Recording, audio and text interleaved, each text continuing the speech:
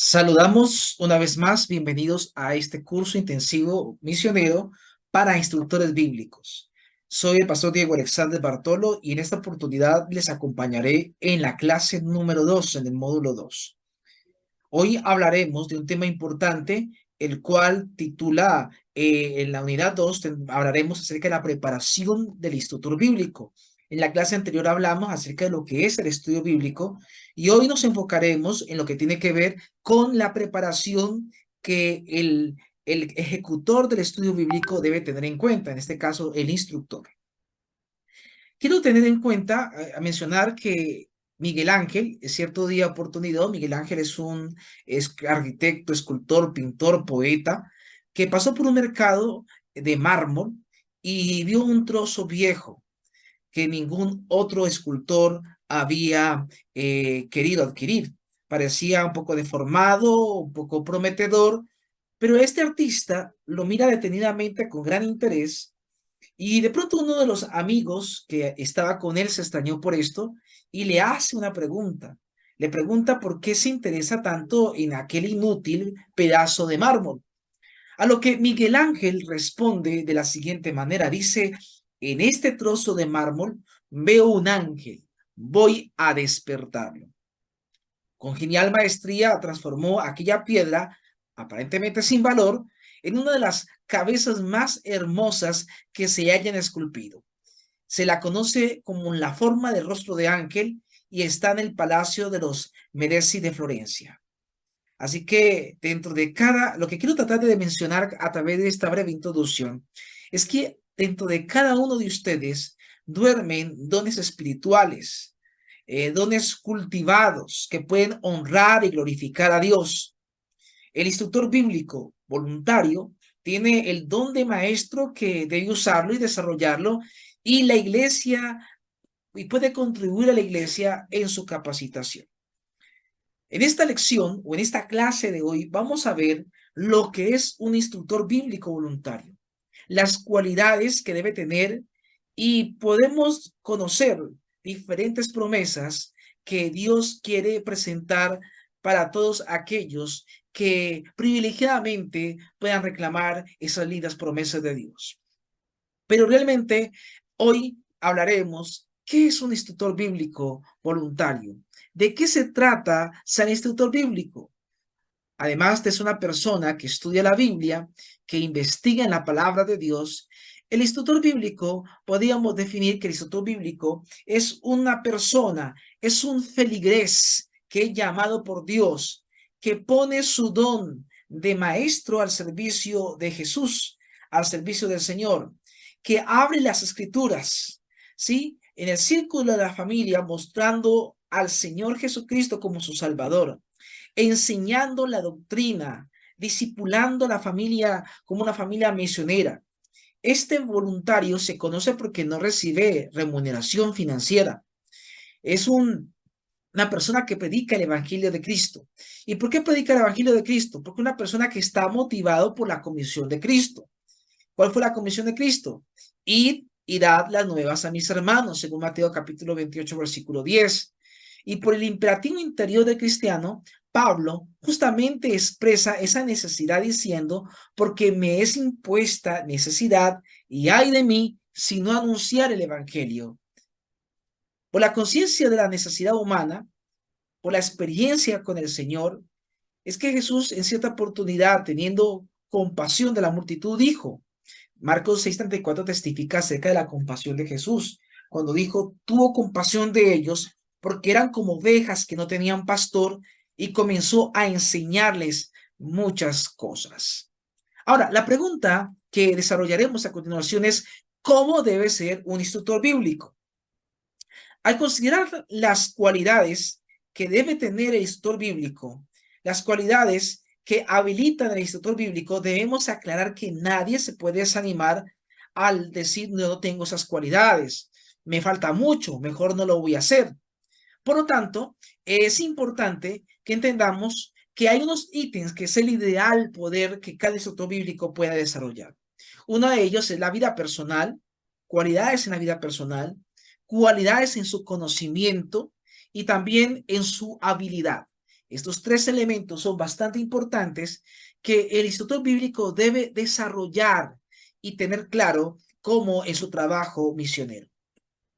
Ocupémonos de la primera parte, de la vida personal. ¿Qué se refiere a la vida personal? Se refiere a todo lo que el instructor bíblico en su parte personal debe de tener y desarrollar.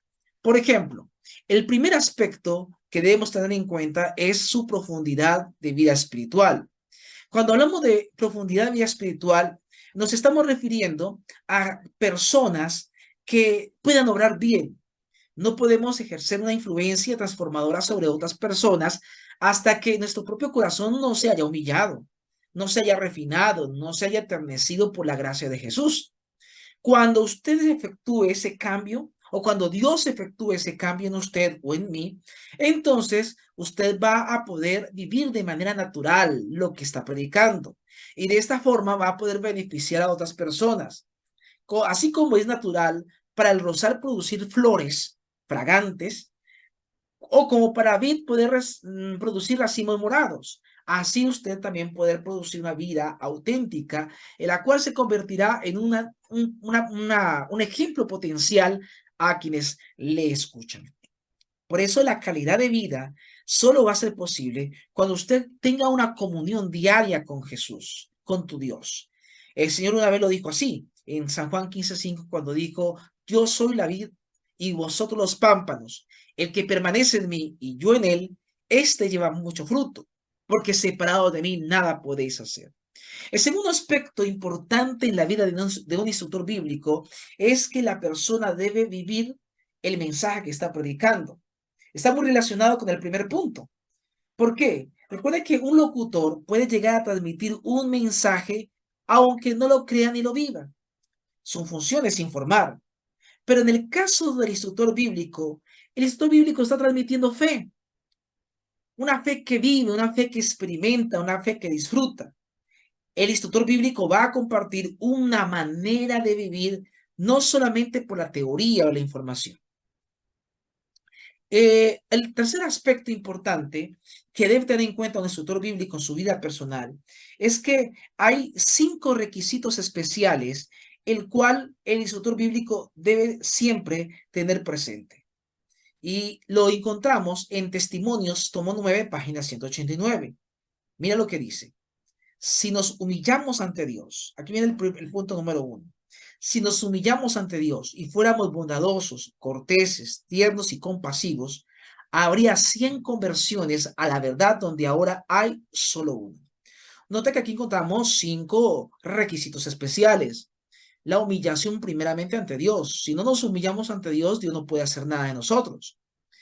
Pero como resultado de esa humillación se conecta la bondad, se conecta la cortesía, se conecta la ternura y se conecta la compasión. Estos elementos son tan poderosos que hace que las demás personas puedan sentirse convertidas y puedan sentir que lo que estás hablando es auténtico. En el cuarto elemento es importante tener en cuenta el amor profundo por las almas. El apóstol Pablo alguna vez lo afirmó cuando dijo en 1 Corintios 13:1, si yo hablase lenguas humanas y angélicas y no tengo amor, vengo a ser como metal que resuena o címbalo que retiñe.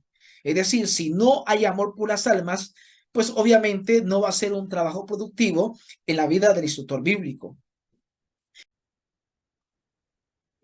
Y uno de los elementos importantes que no están allí en la vista es la perseverancia. Es importante poder que leamos los consejos que el apóstol Pablo da en el libro de Gálatas capítulo 6, versículo 9. Y allí prácticamente se invita a perseverar. Aunque la hora parezca inútil, debemos continuar trabajando con fidelidad. Por lo tanto, los corazones se ganan no mediante argumentos, sino mediante el amor. A veces es posible destruir la resistencia de una persona mediante el argumento, pero los corazones no son impulsados hacia Dios mediante ese método. Un bloque de hielo puede ser destruido por un golpe de martillo, pero los trozos resultantes de ese bloque de hielo siguen siendo hielo. Pues así que ponerlo en contacto con los tibios rayos del sol, el hielo va a desaparecer. El segundo elemento importante un instructor bíblico, aparte de la vida personal, es el conocimiento de la persona. Es fundamental que todos los instructores bíblicos conozcan de una manera viva, por experiencia propia, a Dios. Y debiera conocer su Biblia, su curso bíblico. ¿Qué debería hacer el instructor bíblico? Debería de alguna manera conocer a Dios de manera viva, pero también conocer su Biblia, conocer el curso bíblico, conocer la doctrina de la iglesia, como una profesora que conoce o un profesor que conoce el texto y el tema que da la clase. Por lo tanto, es aconsejable que tenga variados cursos bíblicos. Tenemos la fe de Jesús, tenemos de joven a joven, yo creo para niños, camino al hogar, para hogares, el de profecía. Y todos estos cursos bíblicos son necesarios conocerlos y poderlos desarrollar para poder guiar al estudiante de la Biblia a través de estos temas importantes. Así que habrá de ser también una persona estudiosa de la gente, de sus necesidades, de sus inquietudes, de sus problemas, para poder adaptar a ella el mensaje bíblico y lograr mayor efectividad en su obra. En beneficio de ese curso, vamos a ver las necesidades de caracterización de los adultos, por ejemplo. Necesitamos conocer las personas, necesitamos saber cómo piensan de acuerdo a sus edades. Y aquí es donde es importante estudiar la gente. Por eso a continuación vamos a hacer un breve análisis de cada etapa, rol, tarea de los adultos, según Pereira, donde nos va a hablar acerca de esto. Por ejemplo, eh, las personas entre la edad de 18 a 30 años se le conoce como unas personas de la etapa adulta temprana. ¿Qué es lo que más le interesa a las personas de esta etapa de vida?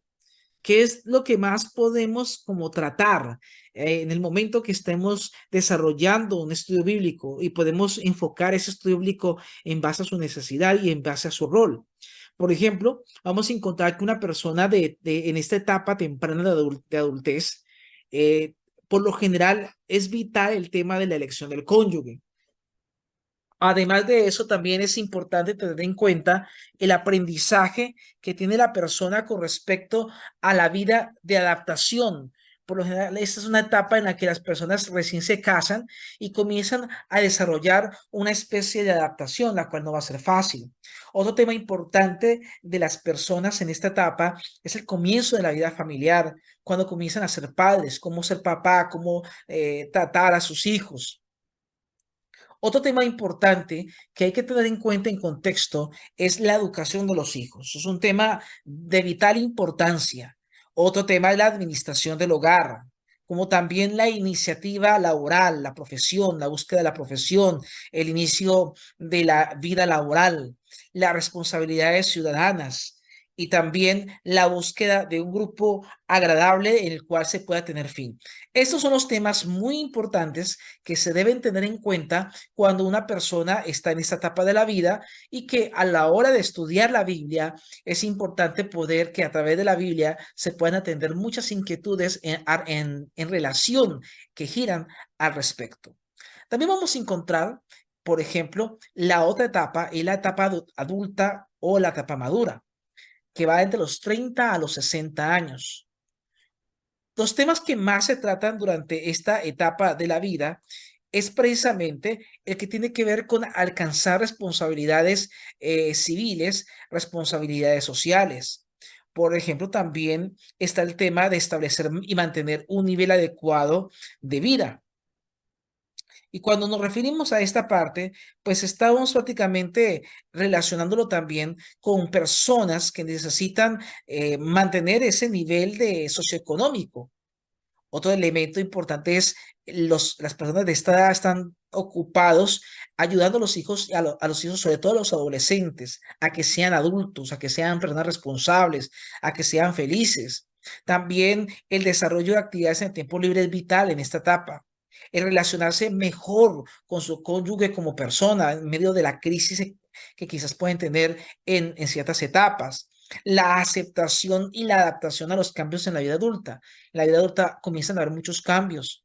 El síndrome del nido vacío, el cambio a la edad de los 40, el tema de la andropausia, la menopausia, todo esto son elementos que el ser humano en ciertas etapas necesita comenzar a adaptarse, ¿sí?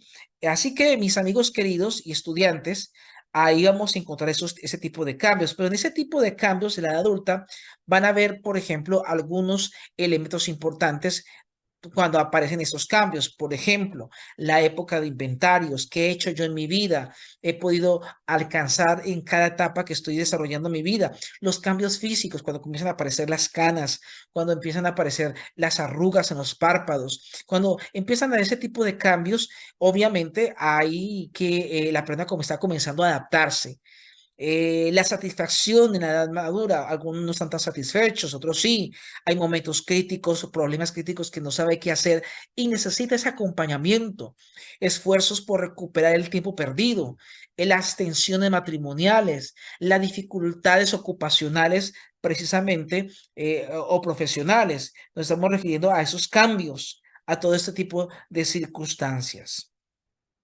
Y la etapa mayor, que es la etapa de la ancianidad, que es de mayores de 60 años, vamos a encontrar que las personas a esta edad tienen una adaptación a fuerzas y salud menguantes.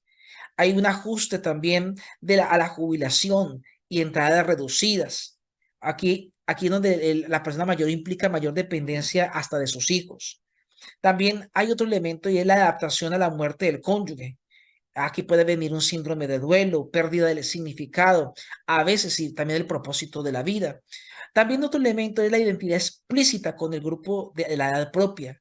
Otro elemento importante a tener en cuenta es la atención de las obligaciones sociales y cívicas, los problemas de vivienda.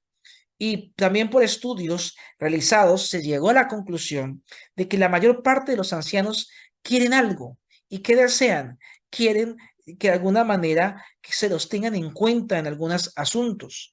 Según esos estudios, los ancianos quieren vivir el mayor tiempo posible, conservar la salud, mantenerse activos, no quieren estar ociosos, no quieren que se les desconozca que pueden ser capaces de hacer cosas, mantener y aumentar las capacidades, las posesiones, los derechos, la autoridad, el prestigio y otras prerrogativas que han adquirido a lo largo de la vida.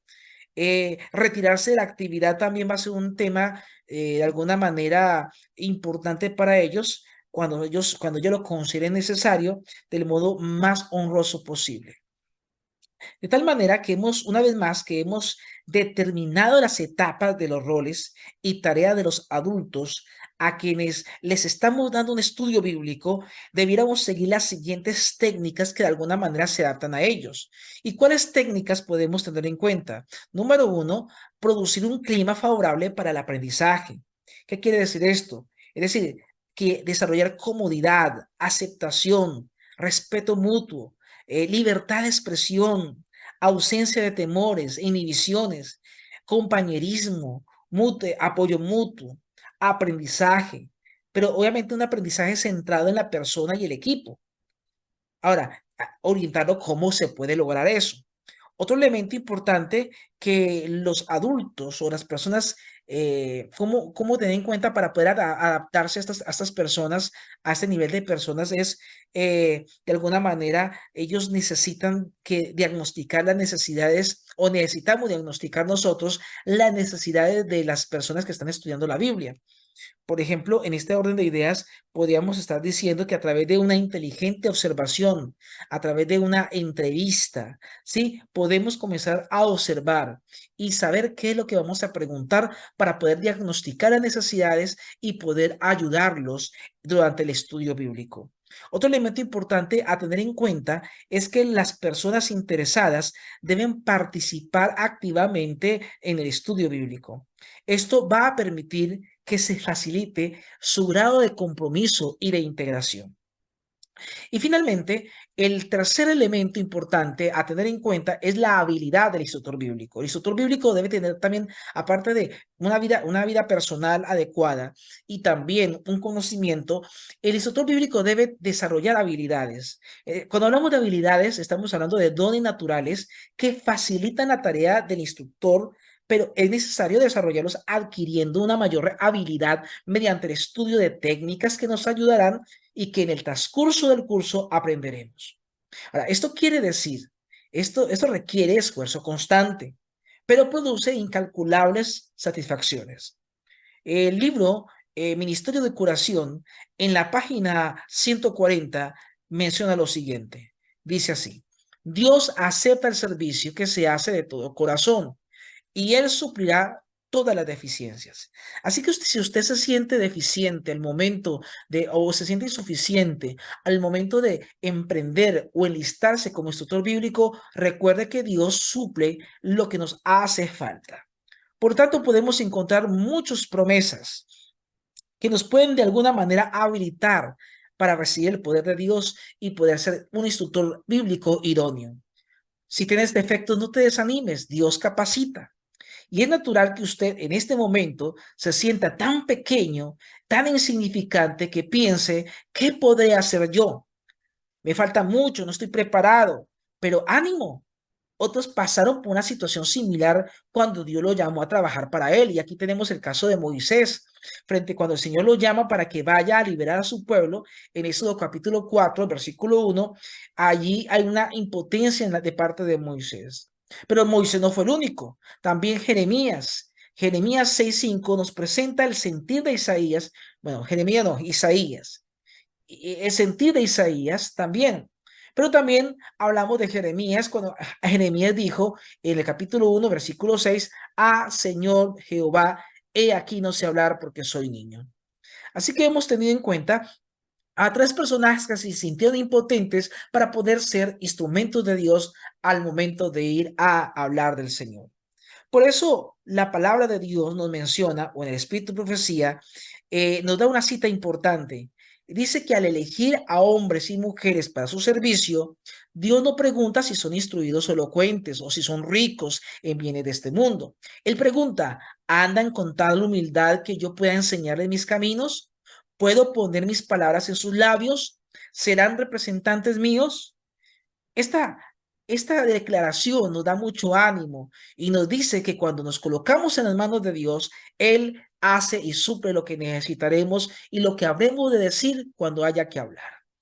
Ánimo, adelante, prepárese para que usted sea un instructor bíblico voluntario, para que a partir de este momento usted empiece a enlistarse para ser instructor bíblico en los próximos proyectos misioneros.